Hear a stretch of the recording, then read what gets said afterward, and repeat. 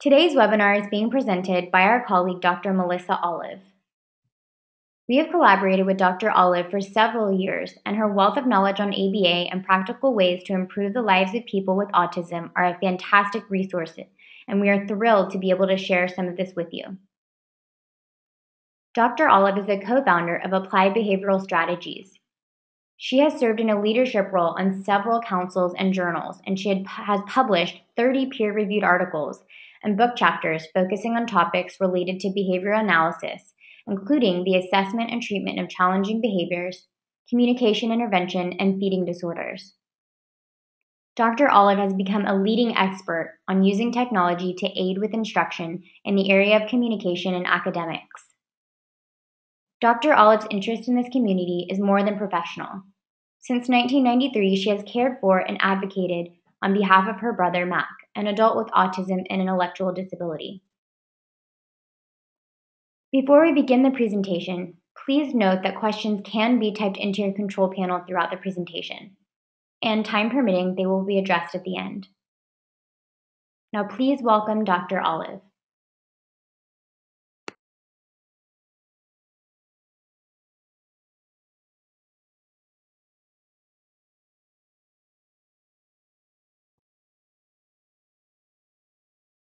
Okay, thanks, Missy, for having me, and it's just such an honor to be a part of this group. We have a huge crowd today. I tried to scroll through to see how many people I know, and I only recognize Alan, so hi, Alan, but the rest of you, welcome as well. I will try to field related questions as I go, so if I say something and you have a question and you throw it up and I can work it in, I will. Otherwise, I will save 5 or 6 minutes at the end so that we can work through as many questions as possible. Also, if I don't get to your question, you can certainly email me as well at my email address, which is missy@appliedbehavioralstrategies.com, and I can answer questions then. Please note, I cannot give treatment advice for your child because I haven't seen your child, and that would not be an ethical thing to do.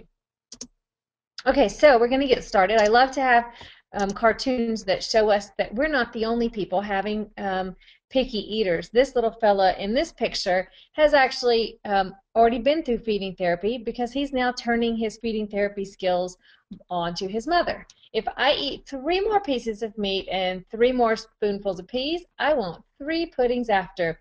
And he's using an intervention that has been shown in the literature to be highly effective, and that's called the first then, or the PREMAC principle. But I have to say also that this 1-hour presentation is insufficient to prepare either parents or professionals alike to provide feeding therapy to your child. So you will need to seek advice of other professionals, and I have provided a list of possible professionals at the end of the talk. I will also put the slides up on my homepage, appliedbehavioralstrategies.com.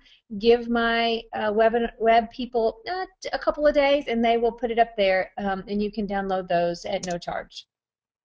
So we're going to talk a little bit about why we have feeding problems among the population of kids with autism. We're also going to talk about the assessments that you should get done before you run off trying to do feeding therapy. And then we'll talk about some of the funding. We'll talk how to do feeding therapy, as well as some of the funding issues that are available for people to try to cover the therapy. And then that list of resources that I told you about. So we know that typical children have feeding disorders. We see this in kids without any disabilities at all, anywhere from 5 to 20%. But we also have to look at what is normal. We are seeing more and more kids with picky eating because there are so many other tasty things to consume these days, right? McDonald's, Wendy's, the fruit roll-ups that aren't even made of fruit. This is a nice little graphic of a kid who looks like, you know, the kids in my household from time to time. I serve a nice healthy meal of chicken and potatoes and peas, and I get the nose in the air. But over time, with appropriate intervention, your children can overcome some of those things. Now, I fill up the toddler benchmarks so that you guys can get an understanding of what typical kids can do. So between 24 and 30 months of age, we need kids to chew and swallow because that's a skill that they are able to do. We also want them to be able to choose, eat, consume any foods or liquids fairly independently. And a lot of their food preferences are driven by their individual choice, or maybe what their family has um, shared with them. But we also know that our kids learn and try and have social expectations around eating.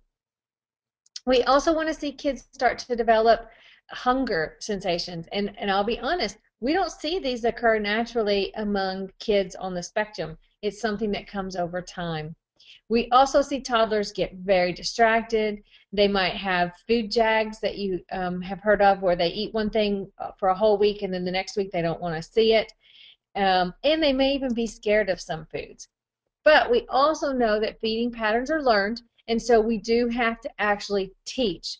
And that is part of what we do in feeding therapy, is teaching the kids exactly how to learn to try new foods. And I will also tell you, it can take a while for kids to learn those skills.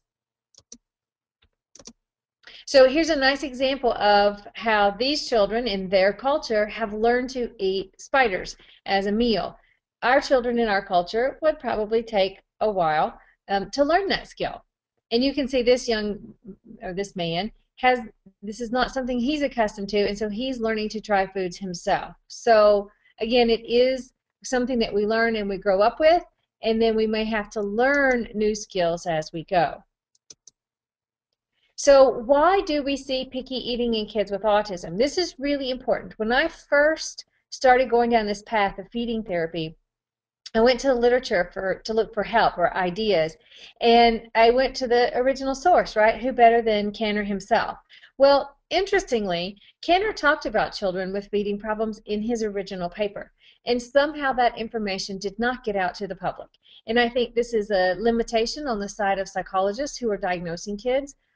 Over half of the kids in his original paper had serious feeding problems, tube fed, vomiting, long-standing issues.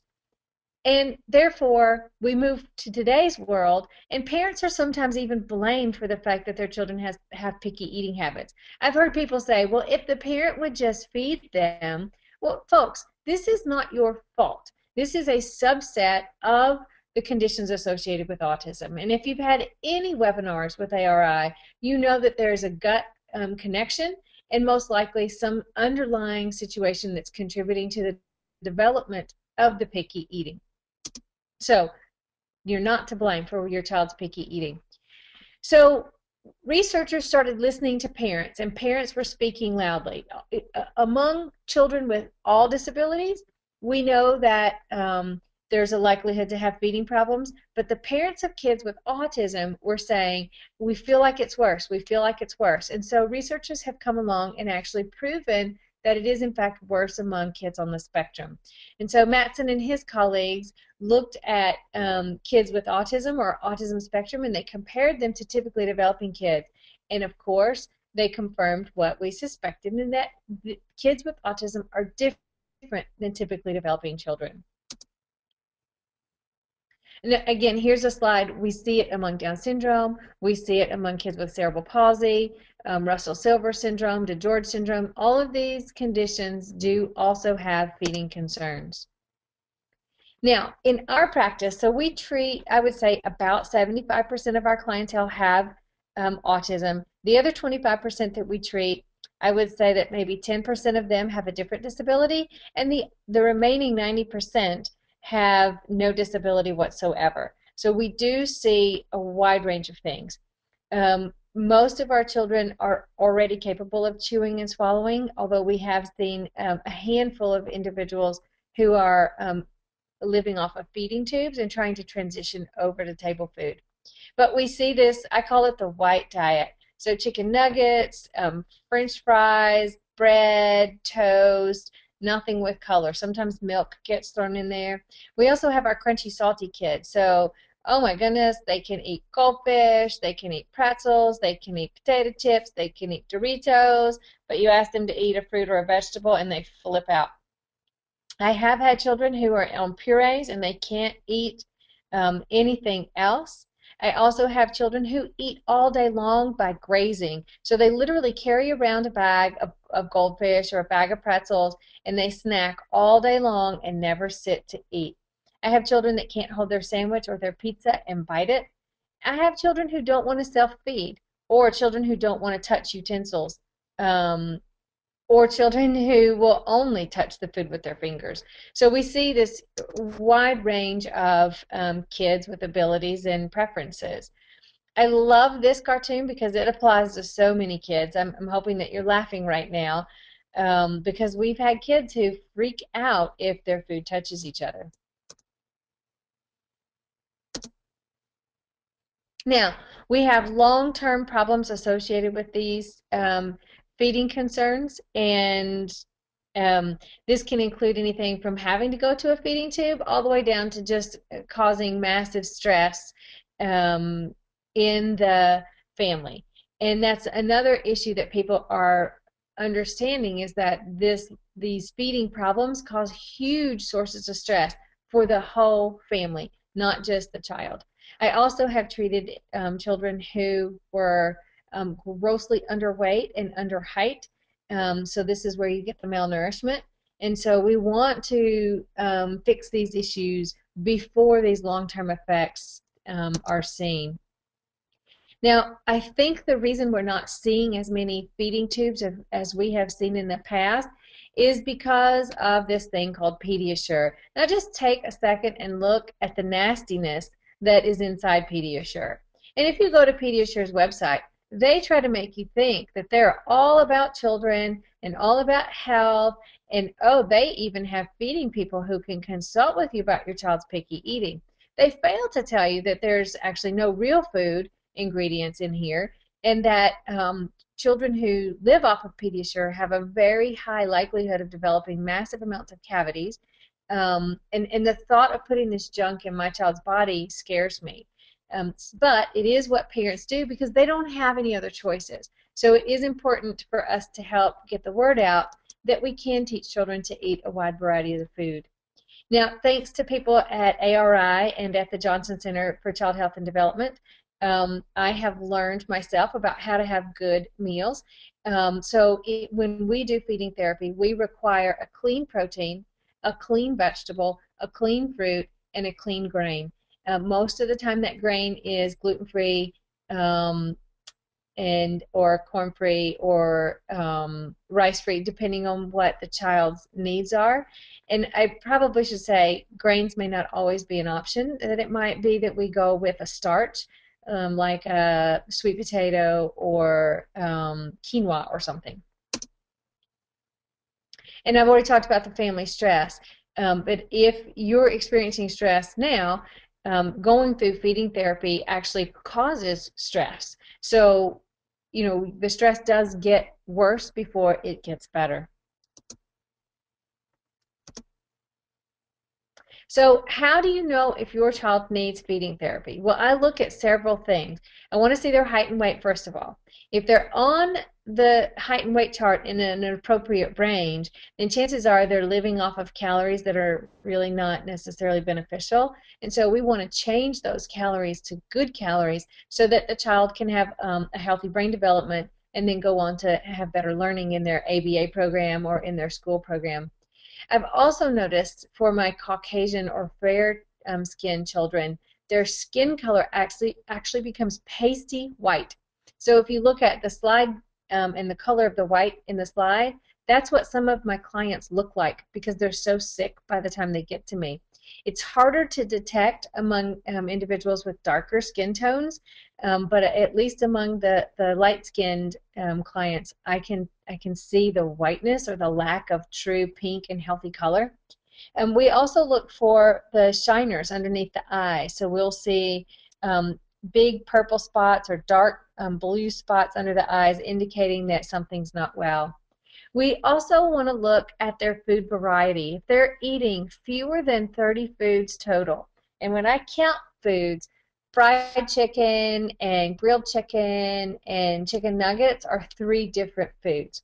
So if your kids are eating fewer than 30 foods, then that's an indicator that that treatment is needed.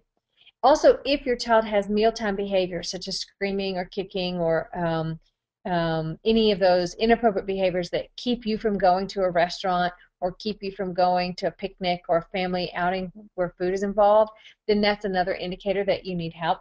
And then finally, if you're so stressed out that you're taking your lunch break to learn about picky eating, then that's another sign that you probably do need some assistance.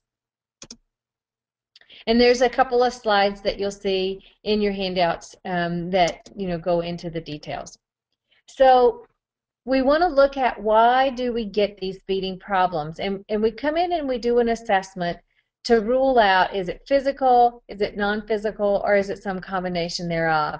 And typically when we talk about a physiological reason, if you think about an individual with Down syndrome, and we have almost 300 people in the webinar right now, and so out of 300 people, I'm sure at least one of you has a child with Down syndrome and or autism, and so in that population, you're looking at low muscle tone in the cheeks, you're looking at a large tongue that is really bigger than the mouth, and so those are physiological reasons why the child might have eating problems. If you look at an individual with cerebral palsy, for example, those kids may have trouble with coordinating their sucking and their swallowing and their breathing because it's a muscle issue or a motor issue. For non-physical kids, so that's many children with autism, although they may have low tone in their cheeks, and that may be a contributing factor, but there is some behavioral piece to it where they have learned that or incorrectly learned that broccoli causes them pain in their stomach, and so they engage incorrectly around broccoli because they're scared of how it's going to make them feel. And then our combination kids are the kids who have both a physical reason for the food problem combined with a behavioral reason for the food problem. And then this is the flow chart that you will see. So you come in, you have the assessment, you decide, is this a physical reason, a non-physical reason, or a combined reason? From there, the team will address the needs. If it's purely a physiological problem or a physical reason, then the therapists are usually speech and language therapists or occupational therapists. If it's purely a behavioral concern or purely a non-physiological concern, then the behavior analyst will come in and do an assessment called an FBA, a functional behavioral assessment, and they will generate treatment based on the outcomes. For the most part, we see children escaping foods that they don't like, trying to get foods that they like, and sometimes getting an awful lot of attention for all of the hullabaloo that they cause at the table. If the child is a combination child, then you're going to have the involvement of multiple professionals. And I will be honest with you, in my work, I'm always working with multiple professionals. So I have a nutritionist involved, a gastroenterologist involved, sometimes a pediatrician, a speech person, or an OT person, depending on the child's motor and sensory needs. And then, did I say nutritionist? Because I can't do it all by myself. I have to have help from other people who are good at this. Now, I'm going to spend less time on the assessments, but I want to highlight a few of the key things, and that is you need to have a full medical workup and make sure there's nothing underlying going on. And with that, you're going to look at your GI issue. So it could be an underlying GI condition that leads to diarrhea, constipation, or a combination of those two. You also want to rule out any food allergies. We have children who have celiac disease who cannot eat any gluten whatsoever. If the child has PKU, then they're going to be on a special protein-limited diet. If the child has maple syrup syndrome, they're going to be on a different special protein-limited diet, and so forth. You can get the allergy testing from an appropriate allergist. Sometimes your nutritionist might be able to help you get that lined up, but you want to make sure that you check for both kinds of food reactions. So you can have an immediate food reaction where you have hives and you know potential death, but then you have a delayed reaction or an inflammatory reaction that might result in just abdominal distension or pain or severe bloating. You also want to have the nutritionist do a workup. If the child is zinc deficient, it will change the way that the child smells and tastes. And I have had 3 or 4 patients come in for feeding therapy, and they've had a doctor who prescribed zinc. They started zinc, and they no longer needed feeding therapy because the zinc improved their ability to taste and smell. So getting those nutritional deficiencies out of the way can eliminate the need for feeding therapy. You might also be on a special diet, and if that's the case, we attend to the special diet as a part of the feeding intervention. And I do just want to talk about these special diets for just a minute. Typically, when you go on a special diet, it's because of a food allergy. Here's a list of the most common food allergies as defined by the Mayo Clinic. But there are others that children may be intolerant to. And so keep in mind, when we go on a special diet, it's because of the food intolerance, not because of the autism. Okay, so if we're going to go on a gluten-free, casein-free diet, we're doing so because we have constipation, because we have diarrhea, because we have bloating and gas and distension. We're not going to go on a gluten-free diet to cure autism. It may help in the long run, but ideally the diets help the GI tract, and then there's that brain-gut connection. When your tummy feels better, then your brain's going to start to feel better. The specific carbohydrate diet is another diet that children may go on. I just want to add that for any of these special diets that you seek the advice of a nutrition or dietitian, because you can cause harm to your child by not providing the appropriate nutrients. Now, once you've ruled out some of that underlying medical stuff, then you want to go to the structural or the mechanical piece.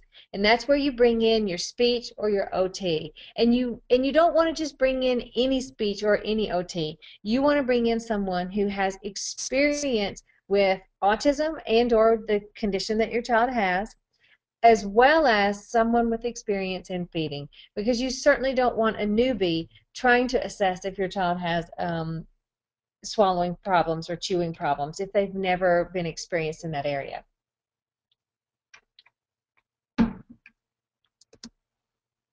And then the behaviorist or the behavior analyst will come in and do that assessment that I talked about on the previous slide. And again, that functional behavioral assessment, we do those when we're doing any behavior, but especially when we're doing a feeding intervention. Now, anytime you have a behavior problem, you should have a behavior intervention plan to help with the problem. You cannot have a behavior intervention plan unless you complete that behavior assessment that we just talked about. So first comes the assessment, then comes the treatment plan. And for any of you who have a behavior intervention plan, if you look at that plan, if it's a good plan, it will have some antecedent conditions to help improve or help prevent the behavior. It will also have some replacement behaviors where we teach the child something new, and that replaces the bad behavior. But it would also have consequences in place, and it would be consequences for the new behaviors, but it would be consequences for the bad behaviors too. So that's what a good BIP looks like. So then we come in and say, well, what does a BIP for feeding look like? And when we address feeding, we take that same approach. We're going to change the antecedents. We're going to teach a new behavior, which is eating or acceptance. We're going to reinforce, and then we watch the child flourish as they get better. So before we talk about how to treat these picky eaters, I want to show you a scene from my feeding clinic. I'll give you time to laugh.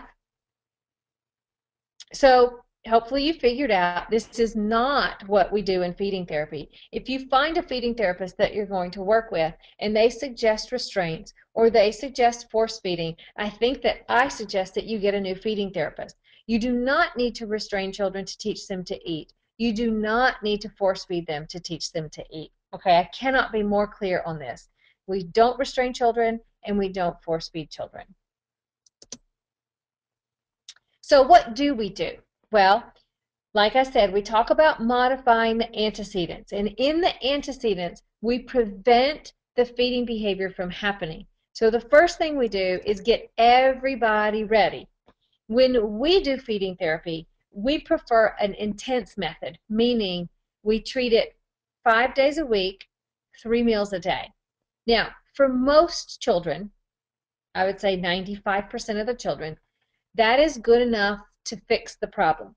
But other children may need additional therapy. If your child has a severe need and has been kicked out of feeding therapy multiple times or has been unsuccessful in feeding therapy multiple times, then they may need more training than that. If you go to a center in at Johns Hopkins, for example, and to the Kennedy Krieger Clinic, you may expect to spend 6 weeks there. It can take some substantial time, but it also is very difficult to get into their feeding clinic because they only take the worst of the worst. Nonetheless, wherever you get your feeding therapy, you want to make sure that you're ready for how difficult it's going to be. It is an extremely stressful time for everyone. And so to prepare for that stress, we first have the family identify what they're going to work for. Moms tend to like manicures, pedicures, date nights, jewelry, massages, right? If mama knows that she's working for those outcomes, then she will suffer through a measly week of feeding therapy. And I say this because when you raise a child with autism or on the autism spectrum, you can suffer through a whole heck of a lot. And so a few days of difficult work is nothing for a parent on the parent of a child on the spectrum. We also prepare the child depending on their age. So we're not going to stress a kid out by saying, oh, you're starting feeding therapy on Monday, and ooh, it's going to be bad. Dr. Missy's going to come in and mess you up. We only do it if they're older and they may have some anxieties. We might do a social story saying that we're going to learn how to try new foods. We might do a simple first we're going to try new foods and then we're going to get fun things. We base it on the level of the child and what the child's needs are. The last thing we want to do is cause more stress. So we only tell them if they're the age and ability to fully understand the passage of time. And then we train whoever's doing the therapy. We want to make sure that they're CPR trained in case the child chokes, God forbid. They also need to be able to deal with problem behavior because the behaviors can become very difficult. And we prepare the therapist for stress because there's nothing like having a child kick you or bite you or spit on you or throw food on you. And so we might teach the therapist to go home and have a glass of wine. We might teach the therapist to go home and have a bubble bath. Whatever is going to alleviate the stress of helping children learn to eat. Once we get everybody ready from a stress standpoint, then we move into the actual environment. And we have to make sure that we have the appropriate seating for children. And for those of you whose children graze, that is one of the things that we require is you've got to learn to sit and eat. We all sit and eat at the table. And so we need to have that expectation for the students. We may have to teach them to sit, and we may have to, skip a couple of learning to eat sessions until we learn to sit and sit at the table nicely. But we can't sit at the table nicely if we don't have the right size chairs. So it is important to make sure that the furniture matches the age of the children. If the kids are under 2, we will let them go into a high chair or into a booster seat with straps, and that's a safety issue, not a restraint issue. So we only put them in if it's a safety issue. Over the age of 2, there is no strapping in. We teach them to sit nicely. Now, granted, for this child's culture, eating on the floor is an appropriate thing, but we need that child to learn how to eat at the table. When you're doing feeding therapy, you want to make sure you have the right utensils. So in the upper left-hand corner, you see some nice metallic forks and spoons. We do not want to use sharp forks like that because it might accidentally bump the child's mouth. I prefer soft spoons that will not, or soft forks that will not result in injuries to anyone. If a child is a bottle child, basically after 12 months, I want to cut the bottle. We start teaching them to drink from a cup. And so if I start feeding therapy and notice that a child is using a bottle, that's the first thing to go.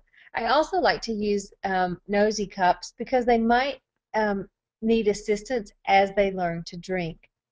If there is a sippy cup involved, um, I have a firm sippy cup rule, and that is that sippy cups are only allowed up to age 2. And then after age 2, you need to use a big boy sippy cup, which is usually the flexible straw cups. And those cups are only allowed in the car. And that is a safety issue because we don't want beverage being thrown all over the car. And all the rest of the time, the child should drink out of an age-appropriate cup. The same thing for dishes. I'm not picky about the dishes. I try to move away from compartmentalized dishes because they need to learn from the beginning that food that it touches is really okay. Some people buy the plates with the rubber on the bottom to prevent them from getting, flipped over, but that's really just going to cause more of a fuss. So we just use regular dishes and present them as, this is what we're going to eat off of. I'm not a huge fan of cafeterias, and I hope no school employees are going to be upset at me, but school cafeterias are loud. The seating is not necessarily convenient for all kids. There are an awful lot of adults shushing the kids. You're going to get a lot of modeling of bad behaviors. And so it's just not a place that I am going to push a child to be in for feeding therapy because I prefer nice, quiet settings where children can focus on the food they're eating. I do like to see happy faces when we're doing feeding therapy, like the anticipation of yumminess. But it's perfectly fine to see, surprised faces or faces that are sampling a flavor for the first time. And I love messy. Many children on the spectrum skip this step in its entirety, and it's really important for us to go back and reteach that it's okay to get dirty. And sure, I know your child doesn't like to get wet, or I know your child doesn't like to get their clothes dirty, but it's a part of the process. And once they learn, oh, this is what I do, and then my shirt gets dirty, well, then I'm going to stop making those silly mistakes. Another thing that we do in the antecedent condition is set up clear rules for the mealtime. So we will say you have to sit the whole time, which I've already told you about, but you also must have good table manners, and that includes using your utensils, using a napkin. We don't eat off the table. We don't eat off the floor. We don't lick our dishes. And when you say you're done, you're done. So you don't get to come back and have another plate of food.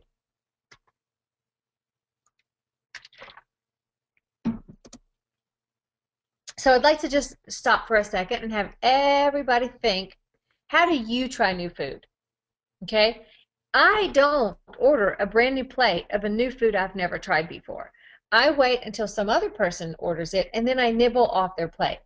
And when I do try food, I try it in itsy bitsy tiny bites. And this is important because when we start talking about how do we teach kids to try new food, I go by the age-old phrase of do unto others. I am only going to treat a child with a disability the way that I want to be treated. And I'm not going to restrain you because I don't like to be restrained. I'm not going to force feed you because I don't like to be force fed. And I'm not going to make you eat a huge bite of something you've never tried before. I'm going to start with baby steps, and I'm going to start with a very small bite because that's the right way to do it. So we treat it, I don't know how many of you have children who are also getting ABA as part of your autism treatment, but we treat feeding just like we treat ABA. So we do it with a discrete trial, meaning that there's an antecedent, a behavior, and a consequence. So the antecedent is it's time for a bite. The behavior is that the child eats the bite, and the consequence is the child gets some reinforcement. Now, initially, it's contrived reinforcement. I'm going to let you play on my iPad, and you're eating a delicious bite of food. So the child gets a double whammy, one for the food and one for whatever object they're working for. Over time, we fade that object because they need to be able to eat the whole meal before they get iPad time. Another thing that we do is called hunger inducement. When you're hungry, you're much more likely to try a new food. And the same thing holds for children. So we make sure that they're hungry when they come to eat. We have a 2-hour before and after rule, so you can't eat 2 hours before and you can't eat 2 hours after. And that prevents some of that being not being hungry for the mealtime. If the child is a drinker, we do cut down on the drinking because if you drink too much while you're eating, it can actually result in vomiting. And so we don't do a lot of drinking. But if the child needs to learn how to drink, then we will also teach them to drink as one of their 4 foods. We do also limit reinforcers before treatment. So I worked with this one little boy. He was 10, and oh, was he cute. He was a huge Wii fan. He loved to play on the Wii. And so we told the mom 2 weeks before we started therapy that she needed to hide the Wii or lose the Wii. And so she did. She packed it up, she hid it in her trunk, and he was perplexed about how his Wii could have gone missing. And then he comes in for feeding therapy, and he looks around the room, and we say, oh, yeah, we have a lot of great things here. And he goes, you guys have a Wii. Yep, we do have a Wii. He goes, oh, that looks like my Wii. And I said, you know, as a matter of fact, it might be your Wii. We just found it the other day, and we didn't know who it belonged to. And so he worked for Wii time, and he was able to be without the Wii for a full week before treatment. Now, that's our antecedents. The next thing I'm going to cover is the actual target behaviors that we're teaching or replacing. So this can be eating new foods, eating with a fork, drinking from a cup, sitting, learning to cut your food with a knife and fork, using the napkin, coming to the table when called. The list goes on and on and on. And so to get those behaviors, we use some good old ABA. And these ABA, I call them instructional techniques because that's what they are. But it's basically shaping, modeling, prompting, and size fading. So let's start with, what does a typical adult bite look like? Now, when I'm hungry, I tend to stuff my face, and so my bites are even bigger than this. But I'm putting this up here so that you understand what is an adult bite, because you need to know that in order to understand what is an appropriate child-sized bite. And I like to go with the term nickel, a nickel bite. So if you hold up a nickel and wrap your finger and forethumb around it, that's the size bite that is the biggest bite that your child should eat. Okay, and nickel is the biggest bite that your child should be asked to eat. I put this picture of the Zoo Pals up because their silverware is awesome for feeding therapy. Not only can I have safe forks and keep my therapists from getting stabbed with a fork, but I can talk about colors while I'm working. I can talk about animals, and I can even pretend that the animals are talking to the child. Okay, so we modify the antecedents, we teach a replacement behavior, and then we modify the consequences. So within consequences, we use a ton of reinforcement, and there are 4 different kinds I'm going to go over, and you can use any one of those 4. We mostly use DRA, and then we combine it with what's called escape extinction. So in a DRA, we reinforce the replacement behavior. So if the child tries the food, then we reinforce it. If let me go back to the shaping protocol. So you see where it says we reinforce using a shaping protocol. For shaping, we start with kissing the food or touching it to your lip. So the child has to independently pick up the fork, touch the food to their lip, and then put the fork back down. Then we give 30 seconds of access to their favorite game, their favorite video, whatever they're working for. And 30 seconds does not sound like a lot, but it is very helpful in getting the kids over that trying hump. We stay on the touched lip for a period of time, and we do this because the child needs to get accustomed to smelling the new foods having it on their lips, practice of picking it up. But we do not move to a harder condition until they can show us that they can do it in the easy phase.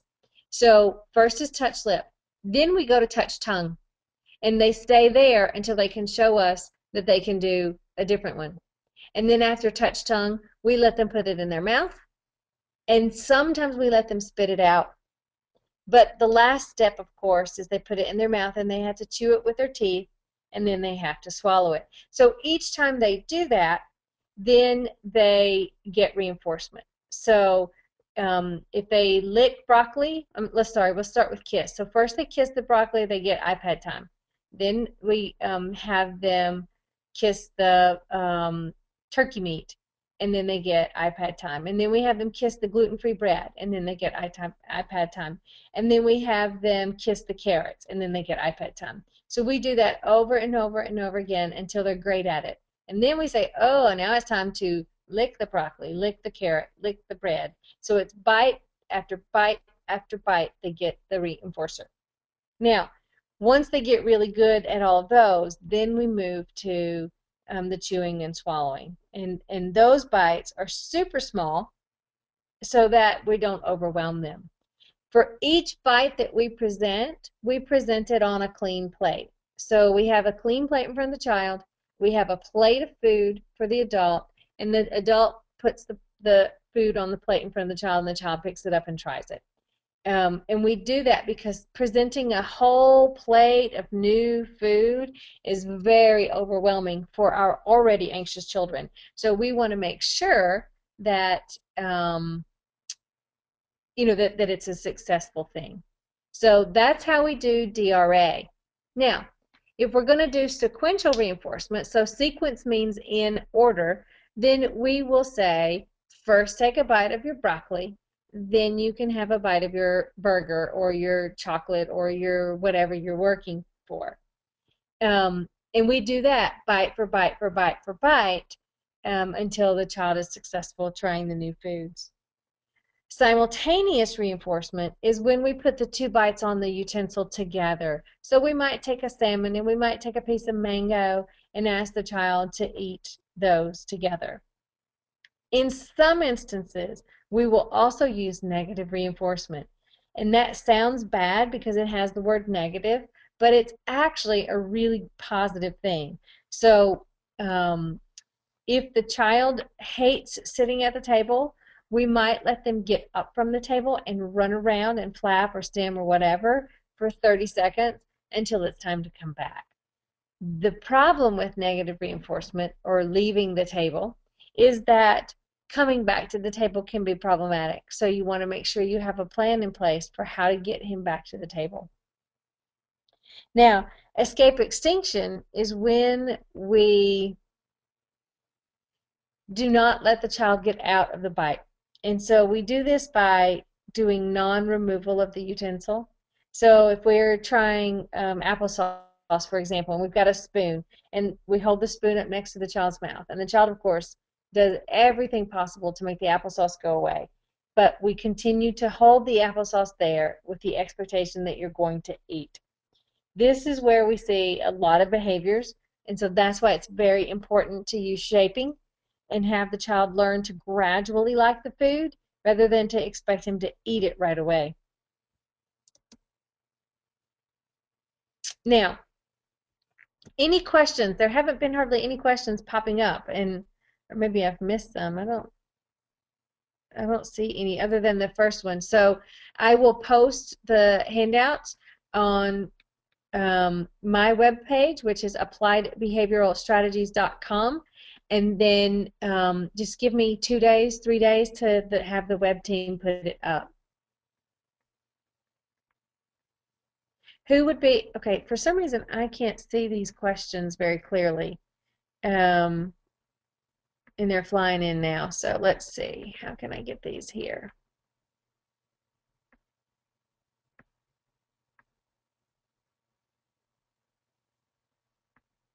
There. Okay, so now I can answer these questions better because I can make them bigger. And I'm only going to do it for a few minutes because then I need to go over some of the other, the funding issues. Um, can you speak to your role with professionals in the school system? So when I'm working with schools, we we want to train them to do safe feeding. And again, it is a consultative model.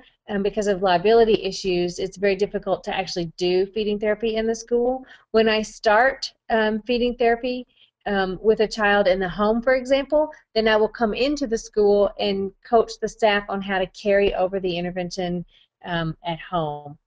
Now, with regard to credits, you can't get um, credits for this webinar, but you can get a certificate. And so in the end, Nisi's going to show you what you need to do. There's going to be 3 questions that you'll need to answer in order to get your certificate. Can you use feeding therapy for an 8-year-old boy with no chewing but very picky? It depends on what the speech and language pathologist tells me about the chewing skills. So I would not treat that child until someone tells me that he's ready to eat. If the person tells me he's ready to eat, then I will start feeding therapy. And we're going to talk about how to find a feeding therapist in a minute. How do you teach the child not to spit? So when in that escape extinction period, if they spit the food out and they're not supposed to spit it out, because again, we do teach them, especially if they have food allergies, that you do need to spit out the food into the trash can or into your napkin very discreetly. When it's time to not spit the food but to chew it and swallow it, then we merely keep representing the bite until it goes down. And it doesn't take a terribly long time, and it's not a terribly big bite. So very small bite, very small expectations, and we keep representing it until it goes down. If the child is batting at us or hitting at us or throwing, again, we keep representing the bite. So oftentimes in the first couple of days of therapy, we will have lots of plates, lots of forks, and lots of food so that we don't run out of what we're working on. If the children gag and vomit, which is what we see in a small percentage of our clients, we clean up the vomiting and we present a fresh bite. And again, we're not going to treat anybody until they've been medically ruled out. So we want to make sure that that there are no food allergies and that we're not going to cause any harm. If we've ruled out all the medical issues, then we know that it's okay, that it's a behavioral vomit or a behavioral gag, and so we basically don't respond. At least we don't respond verbally. We do represent a clean bite. We do 1 bite at a time until they get really good at the bites, and then we say, okay, you're great at 1 bite. Now we're going to eat 2 bites before we get iPad time. And we quickly move up to 4 bites and then 8 bites, and we just keep pushing them so that by the end of the treatment period, they're eating a whole plate of food that's appropriate for their age before they get iPad time. In terms of teaching how to swallow liquids, those nosy cups that I showed you on the previous slide, those are great because you can prompt the child to get the liquid up to their lips. And we do it ever so slowly until they're able to hold the cup themselves and do it. And then it's the same thing. Oh, that was great. 1 drink. Now we need another drink. Oh, it touched your lips. It actually needs to go in your mouth. And so we're very clear about what the expectations are. If the child attempts to get up from the table or knock the food off, then we just ask them to come back and sit down. And I know that sounds kind of strange, like why don't we make them sit down? But children need to learn how to follow instructions. And so we might put our hands on their back and sort of gently guide them to the table. But the expectation is if you want to play with my iPad that you haven't seen in a week, then you're going to come sit at the table so that you can get access to it. I know that you said intensive 3 times a day, but how long do you stay in the program? When can you expect the child to get better? Our children are generally eating on the first day because they get very hungry by the 2nd or 3rd meal, and so they're more willing to eat. They also have learned that we're not going to force feed them, and so they know that it's a safe thing. And so generally by the first day we're eating. And then most of our kids, 95, 96, 97% of our kids finish within 5 days or less. But there are 1 or 2 kids who need a little bit of extra ongoing therapy. And that does not include someone transitioning off of a tube. it can take weeks to completely transition off of a tube. We'll talk about therapists in a minute. My son drools a lot and doesn't use a straw, and he can't blow bubbles. He's 6 and he's eaten the same food since he was 2. How do you help a child like that? So again, go to the beginning, assessments. Are there food allergies that are contributing to the problem? Are there any GI issues that are contributing to the problem? And what is the oral motor like? If the speech therapist says that he's ready to learn to chew, then by all means, we're going to go in and we'll do some chewing drills on a Nook brush until they learn how to bite, bite, bite. And then we'll put food on the Nook brush and teach them to bite, bite, bite, bite, bite. And then, again, we put a bite of food on a fork, and they learn how to take it and take it off the fork. I will tell you, the older the children are before they learn to chew is going to slow down the amount of time that it takes to finish. So if you're going to need more time the older the child is before they have chewed food successfully. So I have a little girl that I started when she was 8. She had never chewed anything solid, and we're still working on crunchy foods, and it's been a year and a half. So she eats everything else, but if it's crunchy, we're still learning how to handle it in her mouth. All right, I'm going to do one more question, and then I'm going to go on to the funding. My son is 4 and a half. He takes Zantac. He has GERD. He also has feeding, sleeping, and eating problems. It's improved, but he still tends to like starchy stuff, and we rely on Pediasure. So, Erica, I would be willing to bet that your child probably has some food allergies or intolerances that have not been diagnosed. The waking up in the middle of the night is most likely related to the milk that's in the Pediasure. And so if you move over to a dairy-free drink, I would be willing to bet that he'll sleep through the night. And I'm guessing that he has the dental issues because of the Pediasure, but that's for a whole nother day. All right, I'm going to stop there, but you can keep your questions coming. I'm able to scroll through them and go backwards if I miss any. So how do you get this paid for? If you live in one of the 37 states that has funding for children on the spectrum, and you'll know who you are because it's a huge deal, but that's also this 37 states, so it's most of you. Then your insurance will most likely cover it. If you have self-funded insurance, it is not going to cover it. Now, we're unclear about what's going to happen when Obamacare kicks in January 1st. If you live in one of those states where it has not been funded, we're not sure if it's going to be included or not. To our knowledge, there's not a federal mandate at this time, although a lot of people have been putting pressure on Obama to make that happen. If you do not have autism, then it's not going to cover it on your insurance. And so in that situation, you're going to have to get a single case agreement to get the treatment covered. And to get a single case agreement, you have to interview all of the people that are in network and ask them if they do behavioral feeding. When they tell you no, you keep records. This one said no, that one said no, this one said no. Then you call your insurance company and you say, I need feeding therapy, I need behavioral feeding therapy, and you don't have anybody in network, so I'd like to go with one of these people on this list. And I'll show you the list in a second.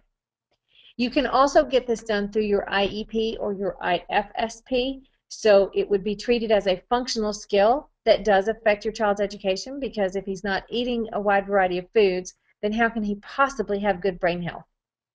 And then the last funding source is going to come from your state.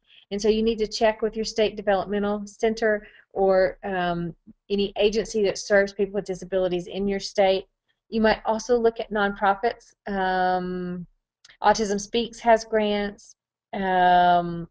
And the OAR also has some grants. So check with what's available through granting agencies.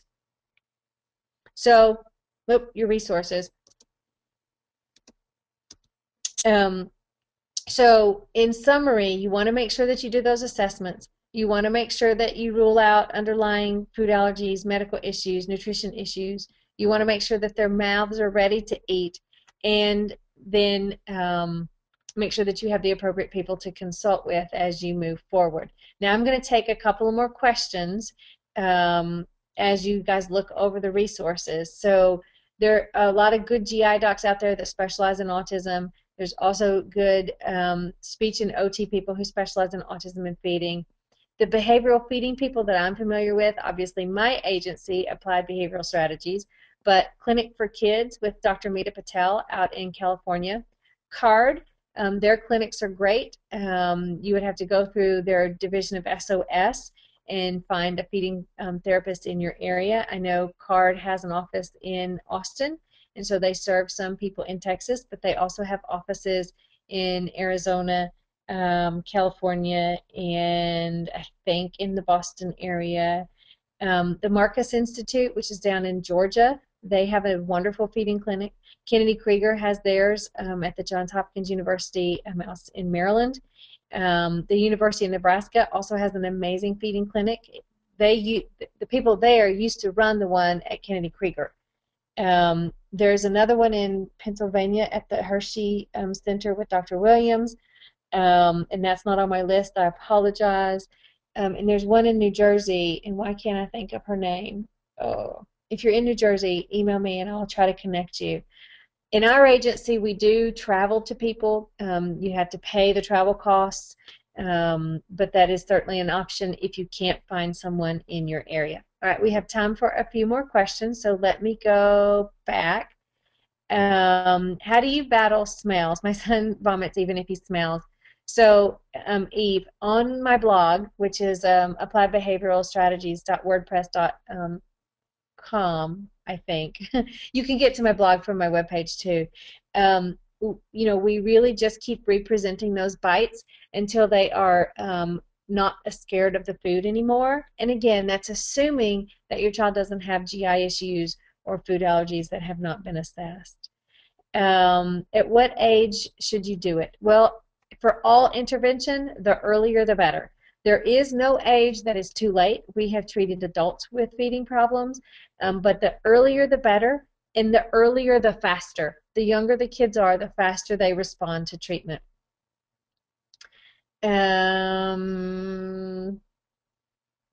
Let's see. Do families come in for a week? Oh, I forgot to talk about parent participation. So, Valerie, thank you. When I'm doing feeding therapy, I require at least one parent present at all times, and that is usually the person who does the feeding at home the most. That's most of the time that's mommy. Sometimes it's daddy. It just depends on the family. But I do require participation at every single session. And then about halfway through the therapy, we change seats and the parent takes over and I coach the parent through the process. Does the pediatrician start the process?